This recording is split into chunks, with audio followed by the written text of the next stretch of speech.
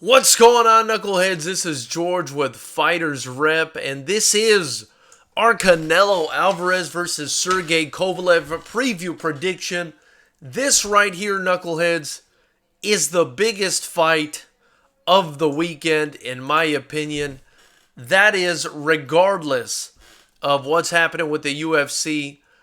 We all know that that's going to be a lot of fun with Jorge Masvidal and Nate Diaz, but this right here, in my opinion, the biggest fight of the weekend, because you've got Canelo Alvarez, boxing's golden goose and the golden boy's golden goose, going up two weight classes from middleweight to the light heavyweight division to take on Sergey the Crusher Kovalev, a guy who not too long ago, when he was fighting Andre Ward, was considered one of the best pound-for-pound fighters in the world, now slightly an aging fighter, but still a dangerous fight, still an intriguing fight.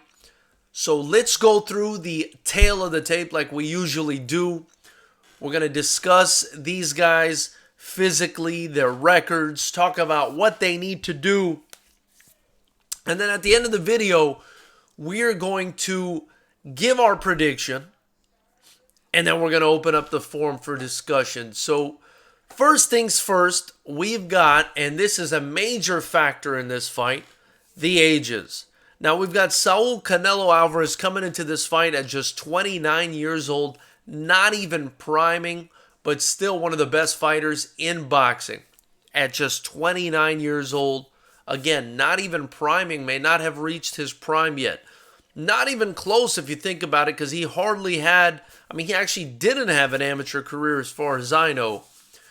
Learning on the job as a pro, but just priming, 29 years old, going up against a 36-year-old Sergey Crusher Kovalev, who's on the back end of a very good career.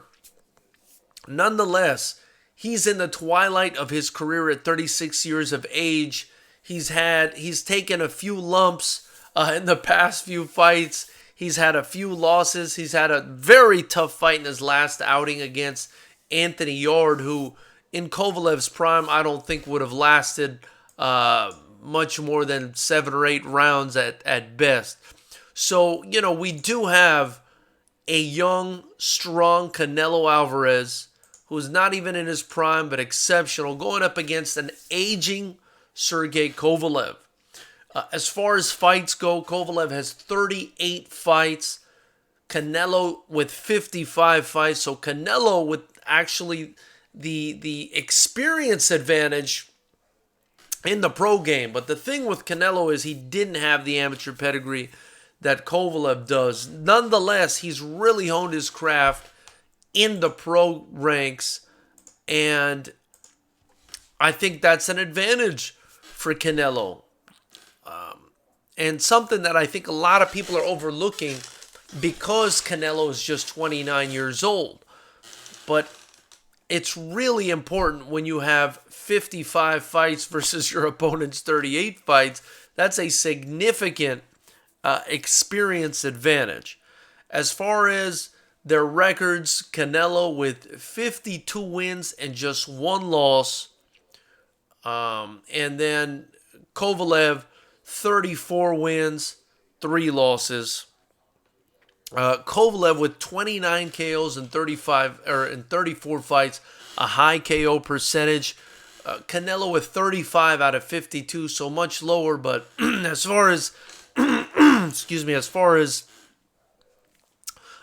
recently, Kovalev hasn't really been stopping guys the way he used to earlier on in his career with like big one-punch shots. Basically, when he stopped Anthony Yarde, it was because of attrition. Anthony Yarde just gassed himself out trying to get Kovalev out of there. Canelo also, he has the ability to knock people out, but he's been fighting the best of the best in his past few fights and just not been able to get these guys out of there, especially when you're talking about guys like Triple G, who are extremely sturdy. He's just not been able to get the guys out of there. And Canelo, in fact, his last win by stoppage was against a very overmatched Rocky Fielding, who essentially had no business being in there with Canelo. Subsequent to that, Canelo fought Danny Jacobs and won a unanimous decision win that I thought was a pretty clear win. Before the Rocky Fielding fight, again, he had the majority decision win to Gennady Golovkin, and before that, the draw to Gennady Golovkin. Prior to that, he had a unanimous decision over Julio Cesar Chavez, and it wasn't until before that where he actually KO'd somebody in Liam Smith, and then before that, Amir Khan in spectacular fashion. So, as he's moved up in competition, as we would expect, he has not been able to kind of stop guys the way he used to. As far as Kovalev goes, he did TKO Anthony Yarde, but again, it was Anthony Yarde basically getting tired and his body giving out on him in that fight because he tried getting Kovalev out in the round before. I believe it was the 10th round and just had nothing left. And then Kovalev did beat a later Alvarez, but that was him avenging a 7th round TKO against the later Alvarez. So, he actually lost by TKO before beating Alvarez in their second fight. He had 2 TKOs before that, but they were against an Igor Mikhalkin and a Vyacheslav Shabransky, guys who, aren't really recognized or known that well in the division or in boxing altogether. And then before that, he had the 2 losses to Andre Ward, the second one being by TKO. So, that's what they're looking like as far as the way they finish their fights. Is there a chance of a KO in this fight? I do think there is. Both of these guys are big power punchers. However, I do expect that if there's a KO, it's probably going to happen in the second half of the fight because these are 2 high-level fighters, even though Kovalev is aging a little bit and is not the same Kovalev he used to be. Still, he's a high-level fighter, and this could be an exciting one. Physically, Saul Canelo Alvarez was with a disadvantage as far as height goes, if you consider height a disadvantage. I think that's still up for debate. Some guys know how to use that height to their advantage. They're harder to hit. Canelo Alvarez just 5'9" against Kovalev, standing at 6 feet even. And then as far as the reach goes, it's Canelo Alvarez with only a 70.5-inch reach versus Sergey Kovalev's alleged 72-inch reach, which, seems a little bit disproportional considering their height.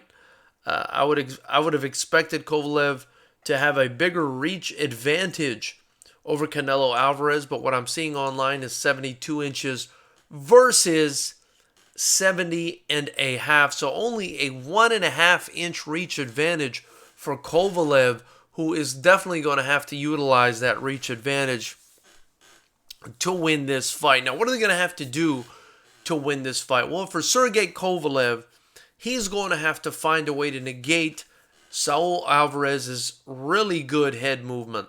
And what he needs to do, in my opinion, is feint. A lot of feints, a lot of level changes, and try to catch Saul Canelo Alvarez with his best punches, which are straight punches, the jab and the cross. I think that's what Kovalev needs to utilize here. He needs to box from a distance. And again, he needs to feint and change levels so Saul Canelo Alvarez can't time him and figure him out in order to, use that fantastic head movement to go around, the straight punches and land his big counters, which is what he's going to be looking to do. I also believe Sergey Kovalev is going to have to keep Canelo on the outside in this fight because, let's face it, Andre Ward laid out the blueprint on how to crush the crusher, and that's to go on the inside and bang him out and be physical with him. And that's what I expect Canelo Alvarez to do in this fight. And again, as far as the key to victory for Canelo, he's going to have to go in on the inside. He's going to have to negate that jab, and I believe he's going to have to do so with head movement. I do believe he can do so because he's got such fantastic head movement. I believe we're going to see a lot of inside work, a lot of intelligent pressure from Canelo Alvarez. I think we're going to see a lot of intelligent inside counters from Canelo Alvarez. I think he's going to bang Kovalev to the body, and that's what he's going to need to do to slow down and eventually stop Kovalev. And I say that, and that's a perfect segue into our prediction, knuckleheads.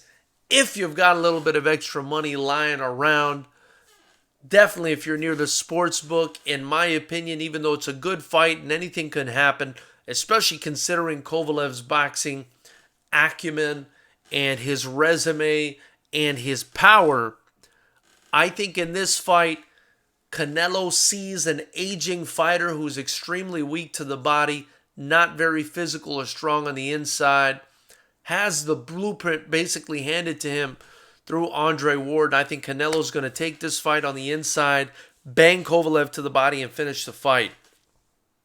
In my opinion, Canelo could finish the fight in the later rounds, and I actually think that's what's going to happen. I was thinking perhaps this could go to decision if Kovalev is able to absorb the punishment that the smaller Canelo Alvarez, who's moving up 2 weight classes, is going to deliver.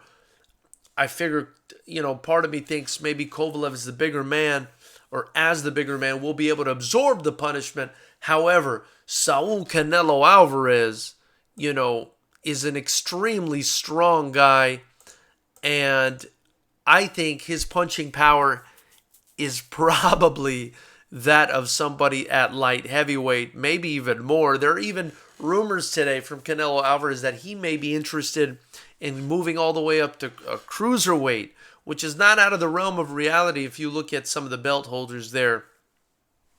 But I do think Canelo Alvarez is a big, strong guy, even at just 5'9", and I do think that he'll be able to finish this fight in the latter half of the fight with body punches. You heard it here first, knuckleheads.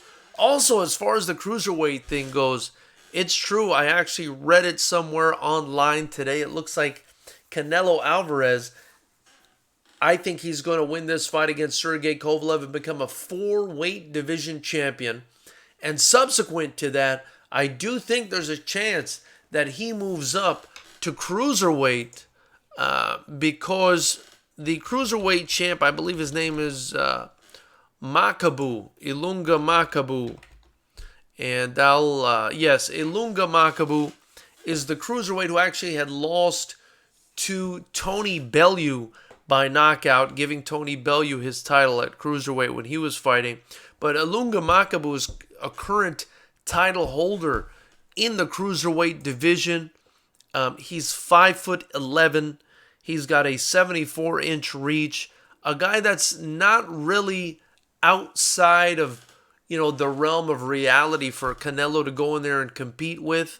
Again, cruiserweight is anything under 200 pounds, so I would expect even Makabu to have a size advantage over Canelo Alvarez. But that being said, he does have a WBC, looks like a silver cruiserweight title, even though, everybody's up in arms about Lomachenko having this franchise belt. The WBC, as we explained the other day on the channel, has 13 belts in that same division that Lomachenko's in. But nonetheless, Makabu has a belt, and Canelo can become a 5-division champion if he goes up and fights Makabu and gets the win. And that's besides the fact that he's got a ton of work left to do still at middleweight. So if I'm managing Canelo's career, I'm personally trying to clear out the middleweight division. But it looks like Canelo is more interested in how many weight divisions he can win a title in. And so if that's the interest, if that's the focus, then he will move on to cruiserweight. I heard his trainer, Reynoso, I think is, what they call him, Chepo Reynoso, saying that he'd be ready for Beterbiev. I don't think that he would be ready for Beterbiev. I think that would be a disastrous fight. But regardless, I think we're in for a lot of entertainment on Saturday night as Kovalev takes on Canelo. Definitely a fight Canelo could lose, but I just think Kovalev is just too far along in his career at 36 years old, having been stopped a couple times now, having just come off a war with a guy that really, in his heyday, wouldn't have lasted in there with him. Although much respect to Anthony Yarde, I do think he's going to continue to improve and eventually maybe win a title in the future. But, I think Canelo sees some weakness, sees some erosion there, and he's going to capitalize and take advantage. And that's what they do in boxing. This is, again, the typical bullshit boxing establishment culture we've been calling out for so long on this channel. Instead of staying at middleweight, clearing out his division, giving the guys a shot there, to beat him or to get his titles, he's moving up to cruiserweight. So let's check out the chat. Marco Martinez, Buddy Aces, thank you guys so much for joining the chat. It's much appreciated. Marco says, this is an excellent fight. Even though the winner really isn't in doubt, anytime a guy can go from welterweight to light heavy and capture a belt, even if it's a fake belt, it's impressive. And let's be honest, it's not a fake belt that Canelo's fighting for here. He's fighting for a legitimate WBO belt, and Kovalev might still have enough to be, the man at light heavyweight. I think the chances of that are slim. I think at this point he's the weakest link. However, it's still a legitimate belt, and Anthony Yarde tried to take it from him and couldn't do it. So Kovalev's still a live dog in this fight. It's just he's got a major weakness, in my opinion, on the inside and to the body, and I do believe Canelo's going to exploit that. Marco Martinez says, would Hopkins be Kovalev's biggest win? He was a fun watch for a few years. I think Hopkins is definitely one of Kovalev's biggest wins. I felt like, yeah, that was probably his biggest win of his career.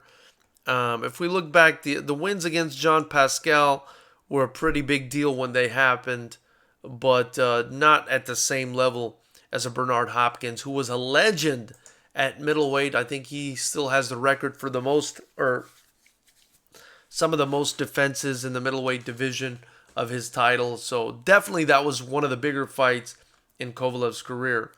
Marco Martinez writes, Kovalev used to knock guys out with jabs to the body. And that's true. I had seen him do that. I think he did that against Nathan Cleverly at some point. It may have been Cleverly. But, he was extremely powerful. He just doesn't have that same one-punch power that he used to have. I think, again, we're seeing a guy in the twilight of his career.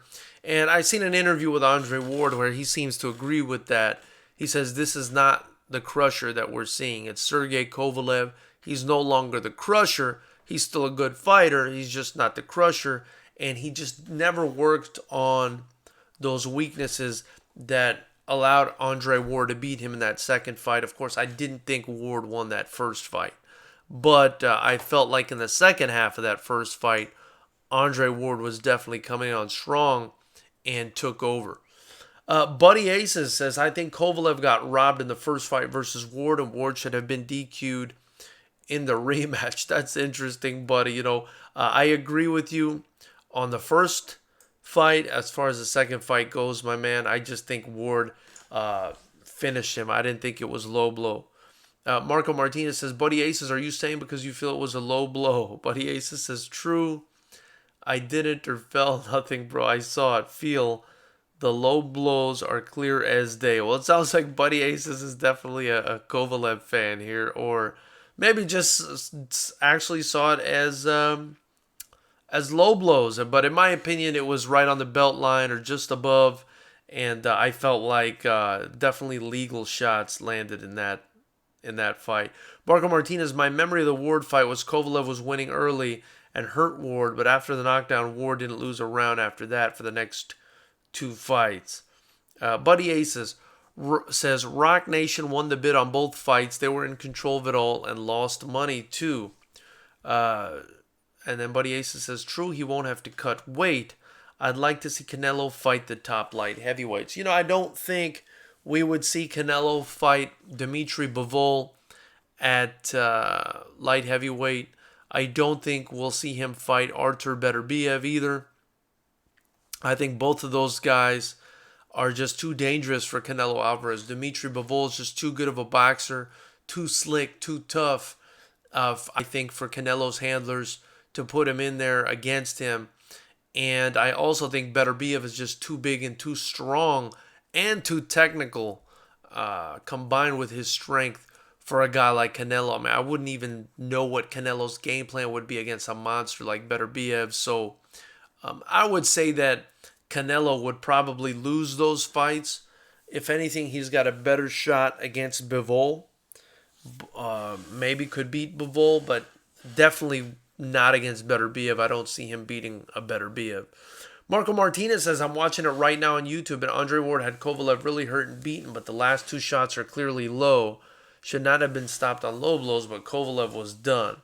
If he fought at cruiserweight, he could dictate the terms since he's the money guy, and that's Marco Martinez talking about Canelo fighting at cruiserweight, which, is definitely something that looks like it could happen now based on these rumors I'm hearing, which, I would have thought was ridiculous a couple weeks ago, but hey, man, now anything can happen. Again, it looks like his focus is to become a multi-division champion, so if that's what he wants to do, excuse me, if that's what he wants to do, then, he's going to be able to do that. I mean, I don't think even an Ilunga Makabu is going to be able to beat Canelo Alvarez. I don't think Sergey Kovalev is going to be able to beat Canelo Alvarez. So, I see him being able to do it. But again, the drawback to that is all the other guys at middleweight, guys at super middleweight even, give these guys a shot, and then even light heavyweight, I mean, if he just leaves light heavyweight behind, that's kind of crazy. Another thing, though, that we have to look at that Andre Ward pointed out that I thought was interesting was Canelo tends to gas at the end of his fights, and putting on all this extra weight to fight Kovalev, I think maybe an even bigger issue and amplify his gassing issue. His cardio is always suspect at the second half of the fight, especially in the last 3 or 4 rounds. So this could be an interesting one, you guys, if Kovalev can last and maintain a high enough energy level to kind of stay strong throughout the fight to the end, Marco Martinez saying, or rather Buddy Aces says, Weeks should have given Kovalev 5 minutes and deducted a point from Ward. Marco Martinez says, it's a fake belt, George. You can't have multiple belts in the same division and say they're all legitimate. Who's the guy who beat the guy who beat the guy? That belt matters more. Well, I understand your sentiment, and I agree 100%. But definitely Kovalev is one of the, 3 title holders with regards to the light heavyweight division. And boxing, in general, in boxing, we always recognize those 3 title holders, And right now it's him, Dimitri Bivol, and Beterbiev. But, do I agree that it should just be one division or one belt for the division as opposed to 3 or 4? Yes, I agree 100%. Buddy Aces is writing home cooking. Hey, I believe it, buddy. I mean, there's always some home cooking going on, especially in boxing, unfortunately. And that's something we like to call out on this channel all the time. Marco Martinez, Buddy Aces, you're right. I love Weeks, but I think he blew that call. Captain is saying, Nate Diaz Army, motherfuckers. Marco Martinez saying, George, it was a low blow. Rewatch it. It's on YouTube. The last 2 shots were low. To be honest with you, I didn't think it was low. I've watched it several times. I thought it was on the belt line. I thought he was done. Even if it's slightly low, he was not going to win that fight. He was on the verge of getting finished and got finished, if you asked me. But that's my opinion, my brother.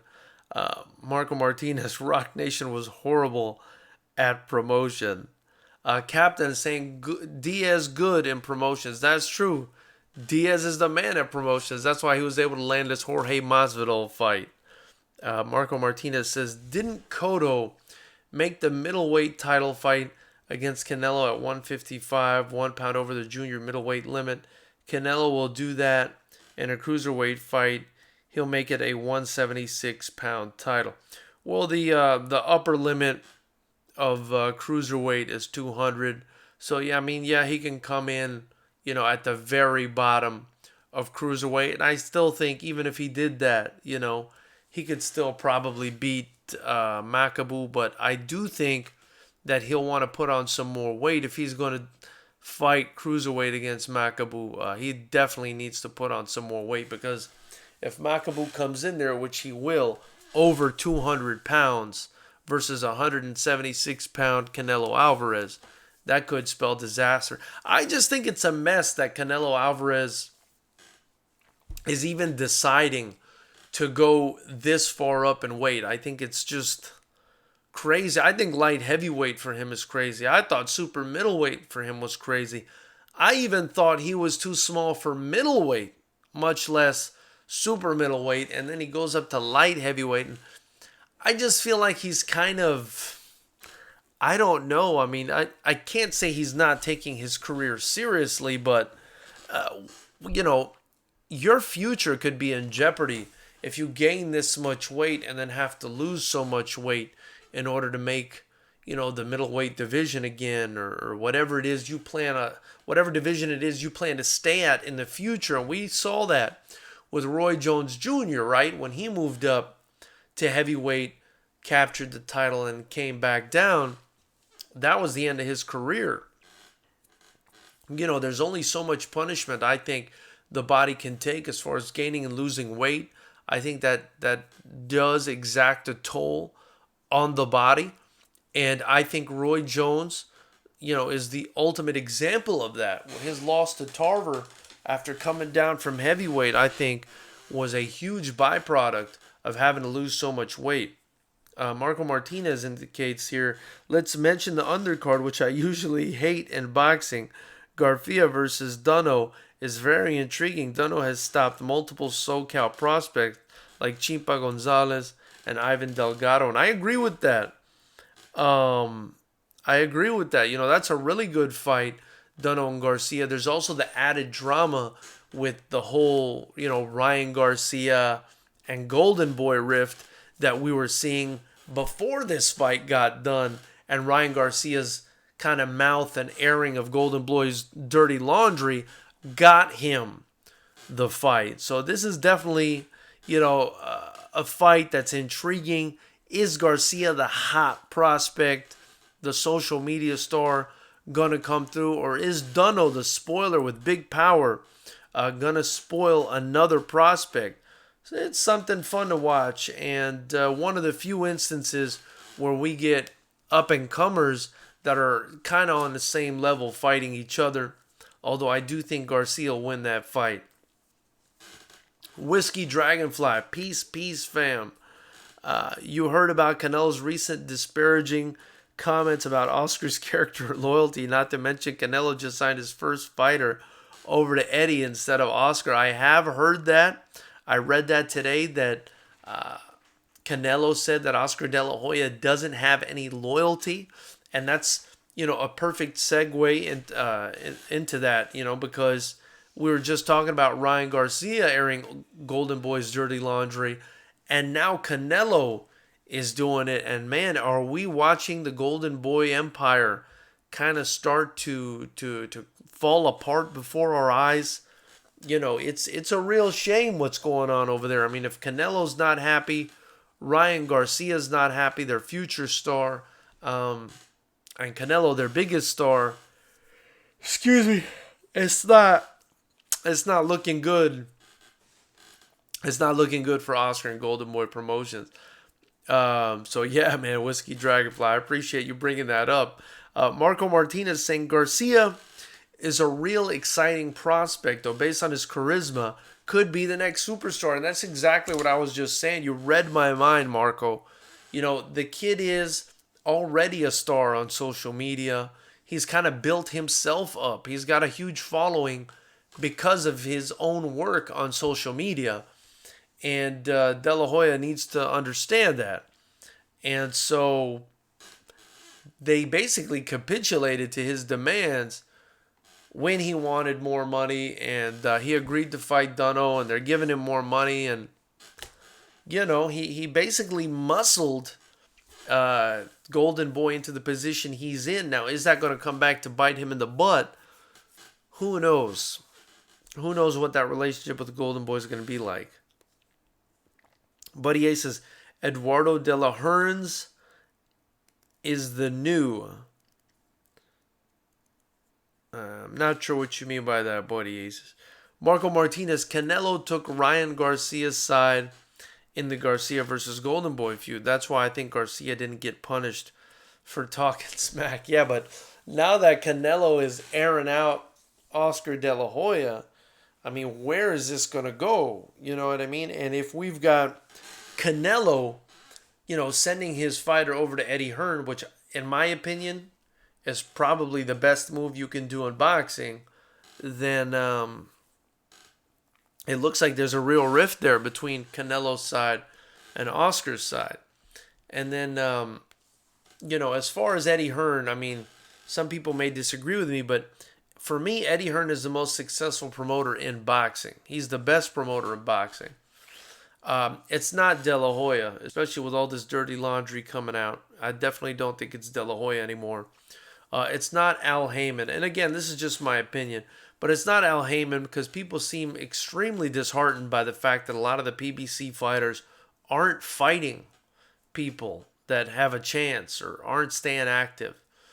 It's definitely not, Bob Arum, who, although he does a great job, I mean, is really, what is he, 80 years old now? So, I mean, a future in his stable, unless somebody extremely competent is going to take it over, I think that's something you have to think about when the promoter's 80 years old. And I think signing with Eddie Hearn, who basically brought about this whole DAZN thing and has done such a great job with Matchroom boxing, I think, that's who you go with. A young promoter who's doing a fantastic job, who's changing the game with DAZN. I think that's the guy you go with. So, I really like the fact that Canelo went with Eddie Hearn. I think he sees what most of us see, that Eddie Hearn is probably going to be at the top of the heap. It probably is at the top of the heap, if we're being honest with each other as far as promoters go. Marco Martinez wrote, he's the Justin Bieber of boxing. The girls will love him if he can win. More power to him. And he's talking about Ryan Garcia. He sure is. Whiskey Dragonfly wrote, Oscar out here looking real bad in these streets. Sexual deviant weirdo, court cases, and now his cash cow is going to lead an exodus. Man, that's really, really sad to think about. It's the Golden Boy is turning into the Silver Boy, but right before our eyes. You know what I mean? And let's hope he can keep it together, man. We don't want to wish any harm on anybody. We wish the best for everybody. But yeah, so, back to the topic at hand. I think Canelo is going to handle Sergey Kovalev. I'd love to know what you guys think. Do you guys think Kovalev wins this fight? Do you guys think Canelo wins this fight? I definitely think this was, a hand-selected sort of cherry pick for Canelo Alvarez. It's not an easy one. It's still a tough fight. He's got to move up in weight. But definitely a fight that I think Canelo's going to win. And, that's all I've got for you guys. Definitely tune in immediately after the fight on Saturday. We'll be going live. Not just for this fight, but we're also going to be trying to go live immediately after the Masvidal-Diaz fight.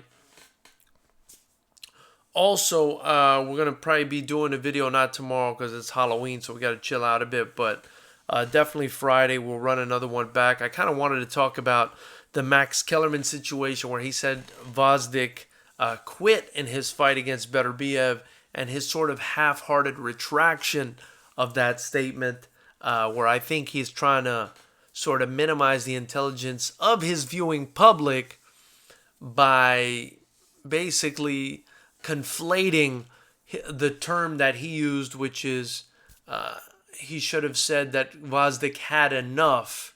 He had enough versus what he originally said, which is quit. he tries to draw a distinction between those two terms while at the same time using them interchangeably. So I thought, he was a little dishonest there, and it's definitely something I'd like to discuss maybe in the next video on Friday. Let's see here. Marco Martinez, I'm going to let you in on a totally under-the-radar fight that is going to be good on the card. Sanisas Estrada versus Marlon Estrada. These are two undefeated fighters. Excuse me. Fighting for a flyweight belt. Siniesa is highly respected by SoCal boxers. Definitely something I'll be looking out for. Brother and Whiskey Dragonfly wrote, Canelo height and low center of gravity will benefit him. His upper body defensive mechanics will allow him to slip and rip Kove's body. I agree with that, and that's how I think, he's definitely going to win this fight. So I appreciate you guys. Please, click the subscribe button if you haven't. Donate to the channel in the links below or in the super chat. It's much appreciated. Get your Fighters Rep gear in the links below in the description. Anything you purchase from us or donate to us will be reinvested right back in to Fighters Rep Promotions, where we're building the only kickboxing promotion in the entire state of California. It's pure action. So thank you guys for joining the chat, man. Much appreciated. Captain is saying, bro, you yawning because you're not talking about UFC. My man, I'm yawning because I am exhausted. And I get up at like 5 in the morning every day. So, yeah, man, I'm really tired today. But I'm energized tomorrow with some Halloween candy. I'm going to come back at you guys on Friday at 9. So be sure to jump on. We're going to be talking some more combat sports. And then Saturday, definitely tune in immediately after the fight. You guys have a great night. Thank you so much for joining.